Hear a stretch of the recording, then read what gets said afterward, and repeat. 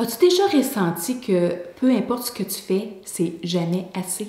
Le sentiment que tu devrais être plus compétente, plus mince, plus intelligente, plus de tout, quoi. Sache que t'es pas la seule. La petite fille ici, elle a eu cette petite voix à l'intérieur qui répétait « t'es jamais assez ». Et je l'ai eu pendant longtemps. Mais sache que ça peut se déconstruire. Alors aujourd'hui, je vais te montrer comment briser cette croyance limitante qui t'empêche vraiment de te réaliser pleinement. Alors ici, je pourrais te parler de l'histoire de bien de mes clients, mais je vais te parler de la mienne. Parce que le pas assez, c'est un pattern que j'ai eu pendant longtemps. Et je te dirais que même lorsque je réussissais, parce qu'en fait, je crois que j'ai bien réussi professionnellement, et j'ai eu, en fait, oui, beaucoup d'abondance, beaucoup de succès. Et j'avançais parce que je suis une personne quand même assez disciplinée, mais malgré tout, j'étais bloquée par ce sentiment de « c'est jamais assez ». Alors, j'ai dû, à un moment donné, travailler en profondeur pour revoir quels étaient mes schémas de pensée, d'où venait cette croyance-là que je n'étais pas assez. Je me souviens que très jeune, ce sentiment de pas assez, il était là. J'arrivais à la maison, puis même si j'avais eu une belle note à l'école, ben c'était pas assez. En tout cas, du moins, j'avais l'impression que c'est ce que mes parents me présentaient comme message. Je pratiquais le piano, j'avais l'impression que c'était pas assez longtemps aussi. Ramasser ma chambre, ben c'était jamais assez bien fait. Donc, cette impression de jamais assez, quand je suis devenue adulte, ben c'est comme si ce pattern-là a continué. Donc, mes clients, c'était jamais assez, j'en faisais jamais assez pour eux. Quand j'ai eu un patron, ben je me sentais jamais assez compétente. Quand moi-même j'ai été patron, je me sentais pas à la hauteur. Donc, tu vois le pattern? Et je te dirais que ça demande énormément d'énergie d'avoir ce sentiment à l'intérieur de nous, même si, puis j'avais plein de gens autour de moi qui me disaient « ben voyons donc comment ça se fait, tu sais, t'es assez, regarde tout ce que tu fais ». Mais moi, je l'avais, ce sentiment-là de pas assez à l'intérieur. Alors, comment j'ai fait pour m'en sortir? Première chose, c'est que j'ai dû recadrer le mot « assez ». Lorsque j'ai pris conscience que ça ne venait pas de moi, je ne suis pas née avec ça, le sentiment de « je ne suis pas assez bonne », c'est que ça m'a été inculqué de différentes façons.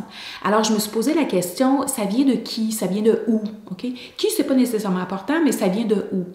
Donc, ça vient de mon enfance, ça vient du passé. Parfait. Maintenant, ces gens-là, à quelque part, avaient une certaine référence, il y avait une certaine définition de qu'est-ce que ça voulait dire être assez, okay?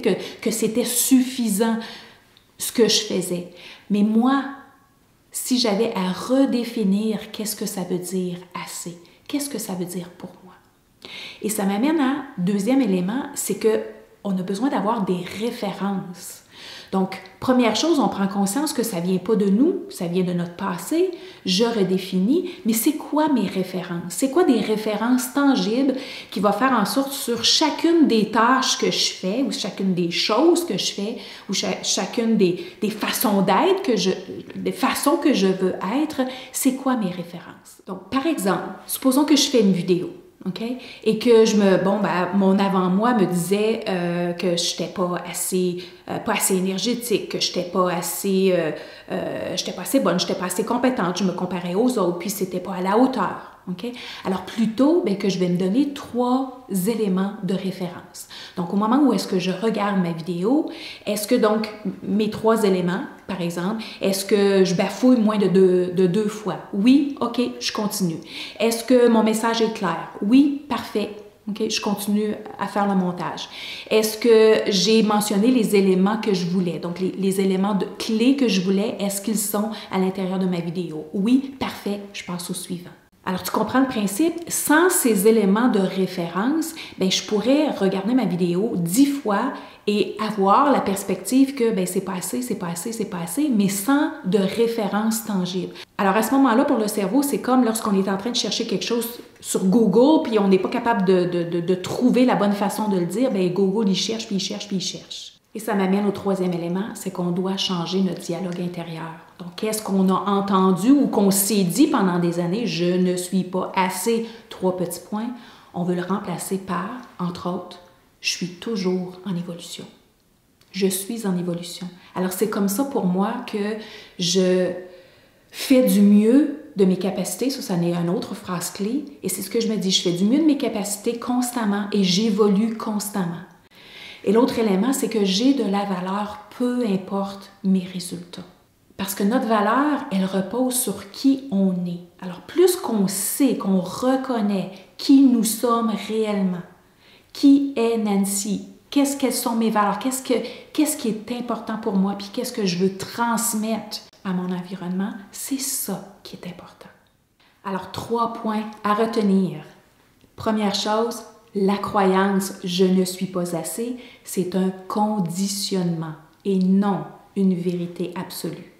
Deuxième chose, tu veux redéfinir le mot « assez » par tes propres références. Et troisième chose, change ton dialogue intérieur et reconnais ta valeur.